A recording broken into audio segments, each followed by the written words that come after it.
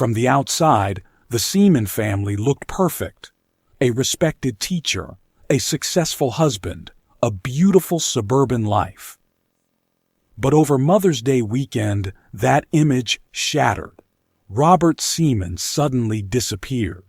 And almost immediately, the story coming from inside the home didn't feel right.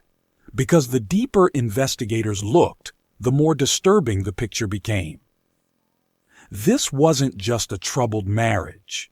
It was a house full of secrets, tension, and questions no one could answer the same way. And when the truth finally surfaced, it turned this case into one of the most shocking domestic crimes in Michigan.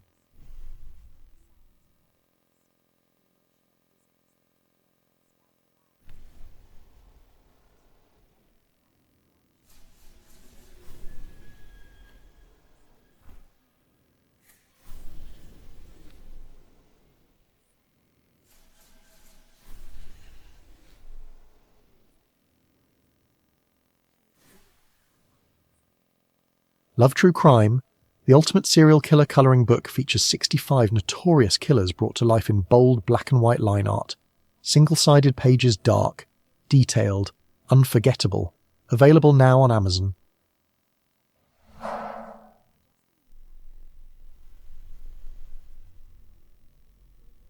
Bob Seaman was born on July 15, 1946, in St. Louis, Missouri, and later moved to Michigan in 1969.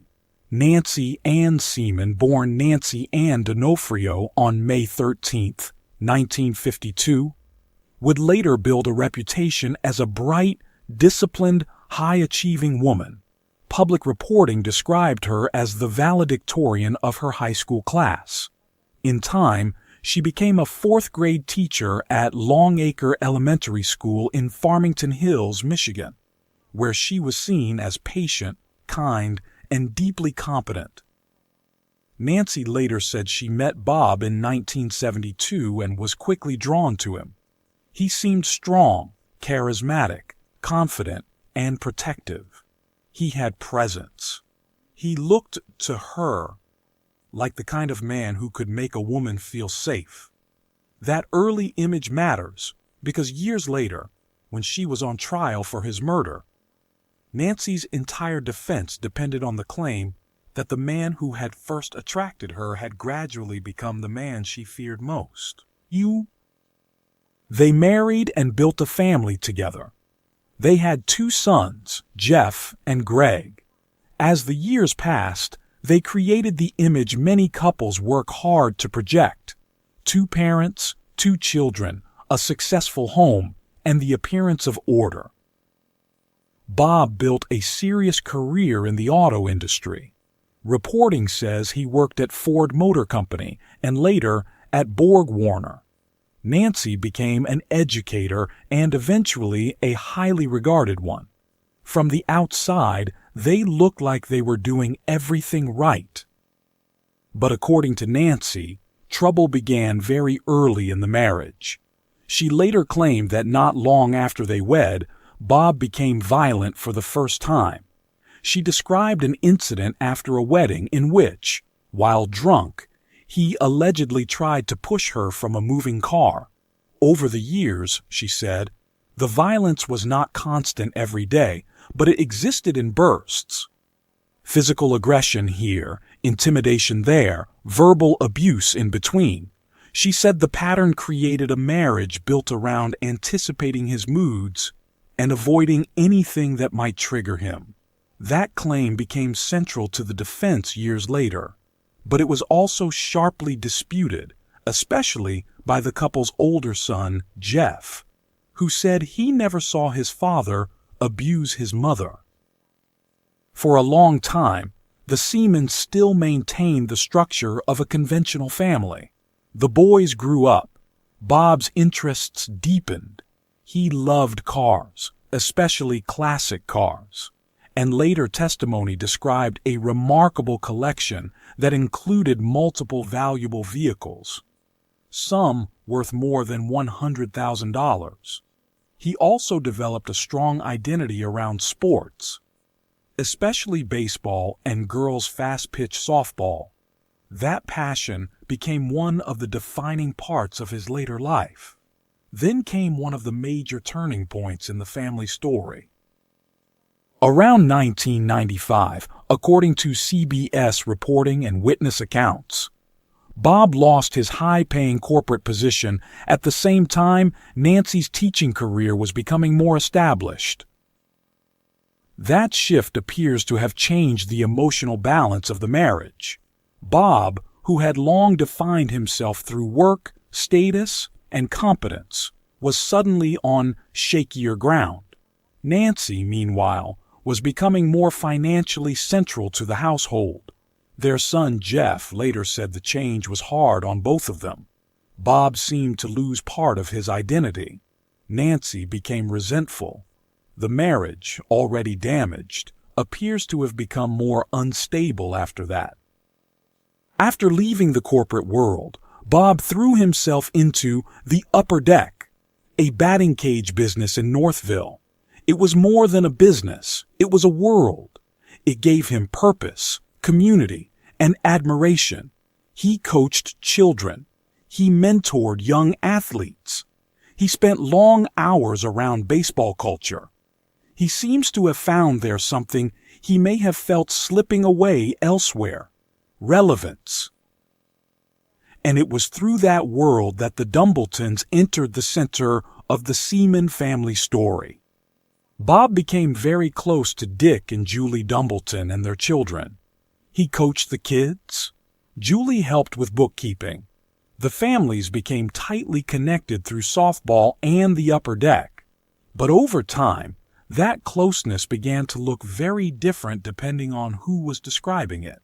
To some, especially Jeff, the Dumbletons were simply dear friends who became like extended family. To Nancy and to Greg in some respects, the relationship felt emotionally charged, excessive, and threatening. Nancy suspected there was more between Bob and Julie than friendship. Though no affair was ever established as fact, Julie denied it. Jeff denied it. But whether it was romantic or not, the emotional reality seems clear. Bob was investing enormous amounts of his time, energy, and loyalty outside his own home. Inside the Seaman household, the strain kept spreading. Greg, the younger son, later described seeing verbal abuse, and sometimes physical abuse, directed at Nancy. He also said his father seemed to grow more irritable after losing his corporate career. The older son, Jeff, said something very different. He said he never saw abuse and did not view his father as violent toward his mother. That split between the brothers would later become one of the most painful features of the case. They were not simply disagreeing about details. They were standing inside two entirely different versions of the same family. Another emotional rupture developed around Greg and an old 1989 Mustang. It was supposed to be a bonding project between father and son.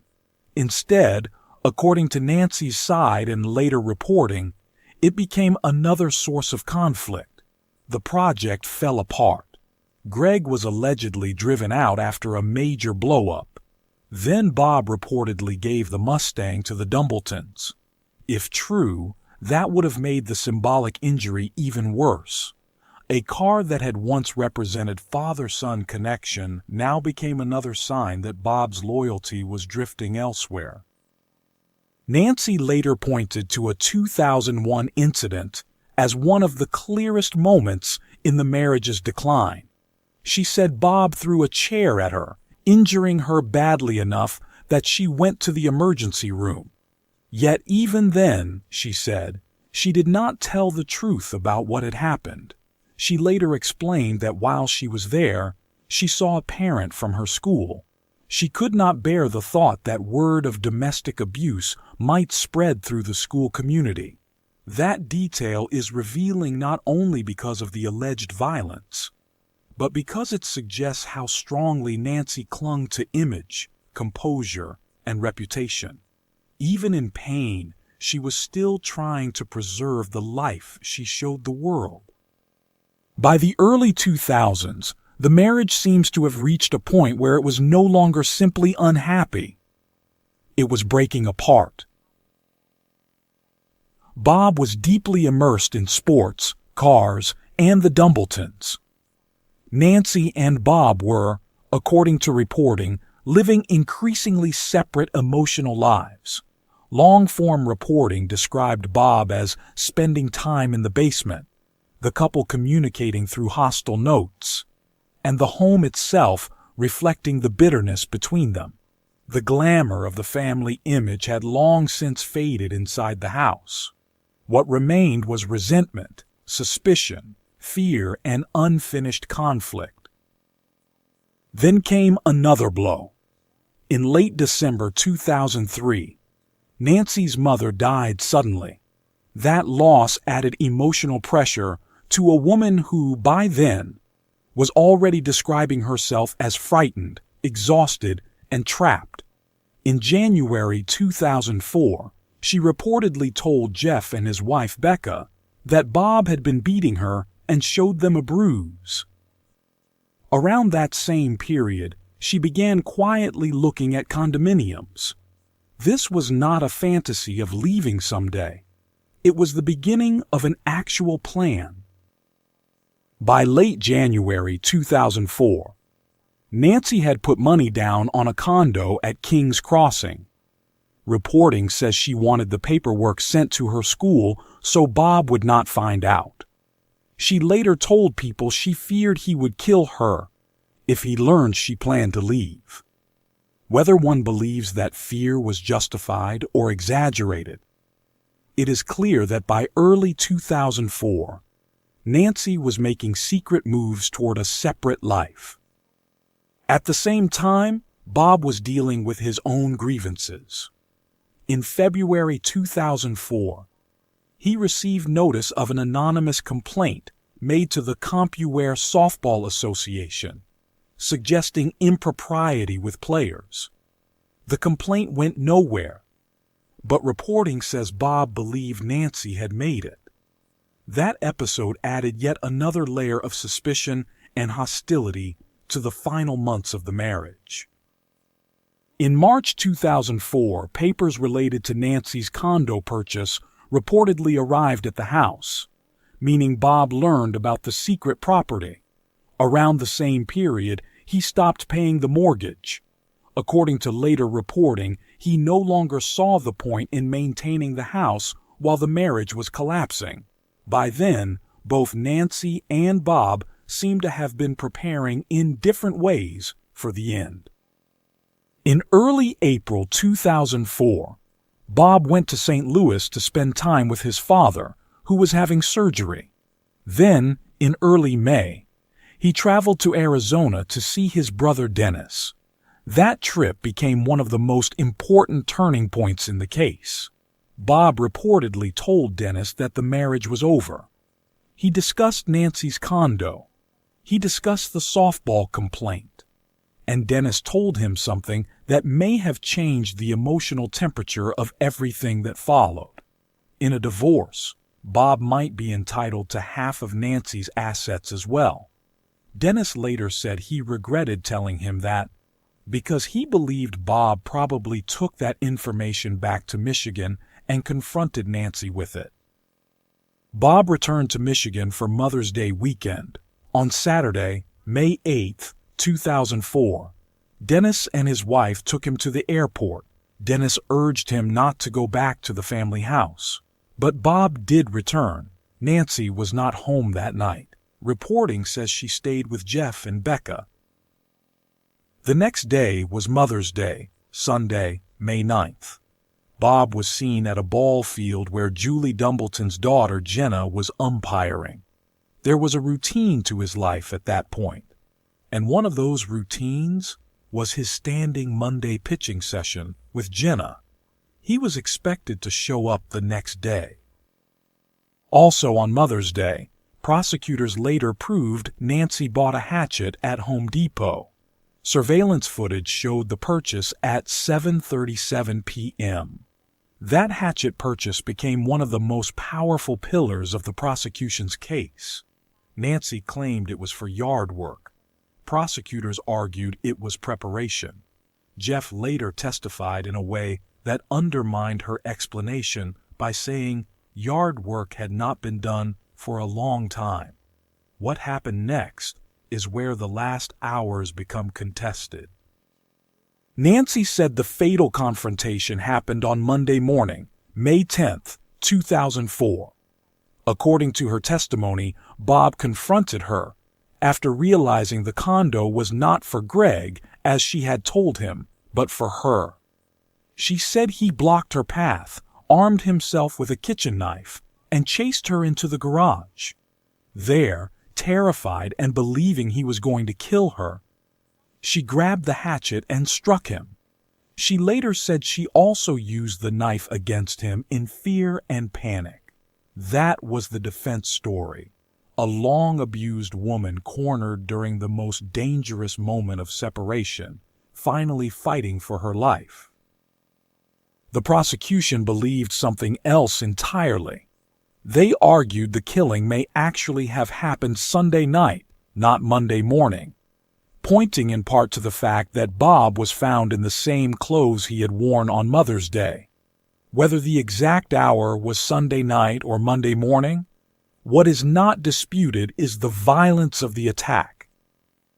The autopsy showed Bob had been struck with the hatchet at least 16 times, stabbed at least 21 times, slashed across the neck, and hit with an unidentified blunt object.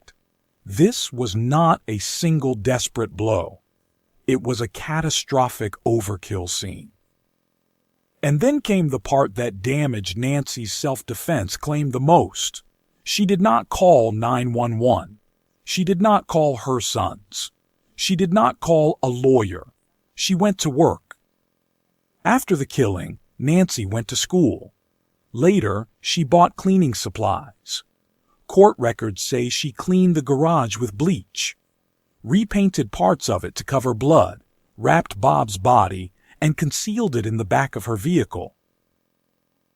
In the days that followed, she gave people misleading explanations for Bob's disappearance, including suggestions that he had left to start a new life or gone off with another family. Meanwhile, Bob's absence was immediately noticed by the people who had become central to his daily life. On Monday, May 10th, he failed to show up for his pitching session with Jenna Dumbleton. That was unusual enough that Julie Dumbleton became the first person to file a missing person report. Dick and Jake Dumbleton drove past the Seaman home, saw Bob's vehicle there, and later went to the house. Nancy said she did not know where he was. As they left, they noticed the garage lights go off. The next day, Julie and Jake checked Nancy's school parking lot and saw her vehicle there while Bob's Explorer remained at the house. By then, people around Bob were beginning to understand that something was very wrong. On Wednesday, May 12, 2004, police found Bob's body hidden in Nancy's SUV in the driveway. What they also found was a garage that smelled of bleach and paint and looked far cleaner than it should have. The scene did not look like panic. To investigators, it looked like concealment. That distinction would become central to everything that followed. Nancy was charged, and the case quickly became a public collision between two narratives. In one version, she was a battered wife whose final act was violent but rooted in terror. In the other, she was a woman who had been preparing to leave, bought a hatchet, killed her husband, and then behaved with chilling calculation. Even the family could not agree which version was true. Greg supported his mother's abuse account. Jeff sided with the prosecution and said he had never seen his father abuse her. The brothers ended up on opposite sides, not just of a trial, but of the family's entire reality. Nancy's trial began on November 29, 2004. She testified in her own defense. The defense called experts, including Lenore Walker, to explain battered spouse syndrome in general terms. But Michigan law sharply limited how far that testimony could go. The experts were not permitted to say, in the direct way the defense wanted, that Nancy's conduct specifically matched the syndrome.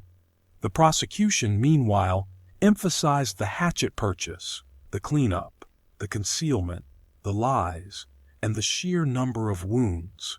They argued that whatever problems existed in the marriage, this killing had been planned. The jury convicted Nancy of first-degree premeditated murder. On January 24, 2005, she was sentenced to life in prison. That was not the end of the legal fight. Later that same year, the trial judge reduced the conviction to second-degree murder, finding the evidence of premeditation insufficient. But in 2007, the Michigan Court of Appeals reversed that ruling and reinstated the first-degree conviction. In 2010, a federal judge conditionally granted habeas relief, reasoning that Nancy had not received a fair chance to fully develop the battered spouse theory.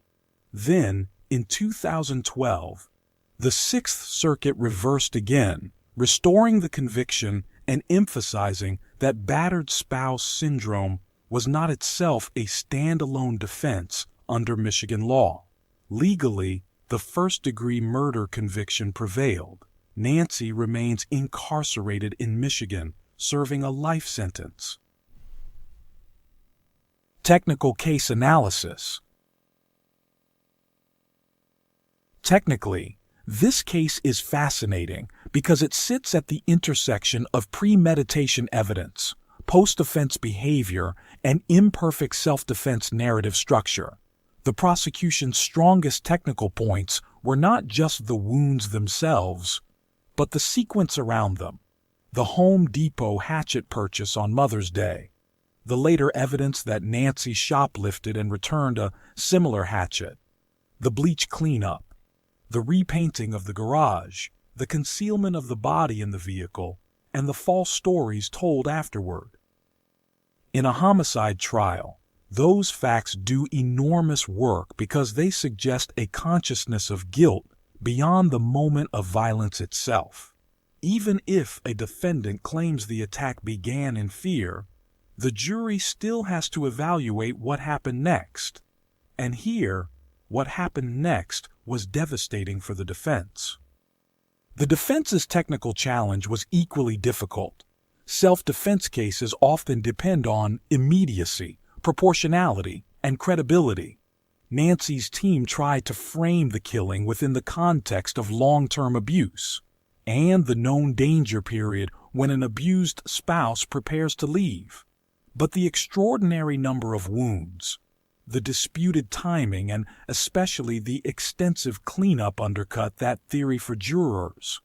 On top of that, the battered spouse experts were allowed to educate the jury only in general terms, not with the strongest case-specific framing the defense wanted.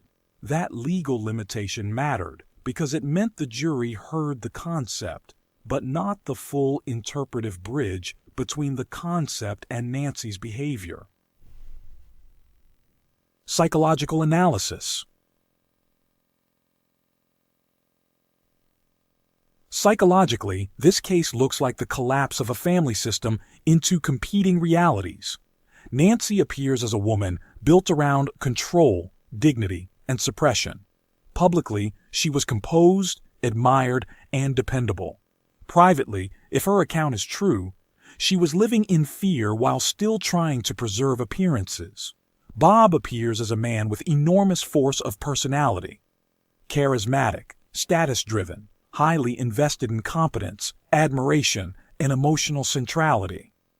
Depending on the witness, that force expressed itself either as dedication and passion, or as dominance and intimidation.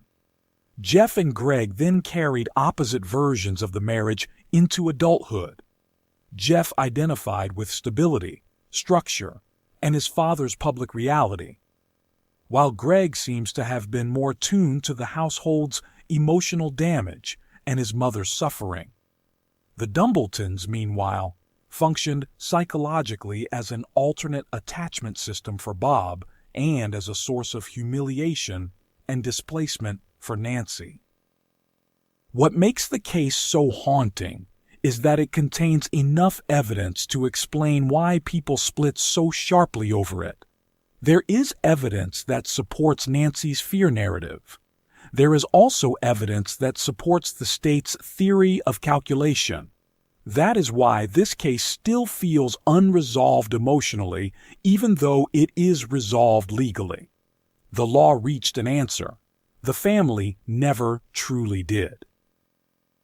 If you enjoyed this case breakdown, subscribe and stay with me for more true crime stories where the truth is far more complicated than it first appears.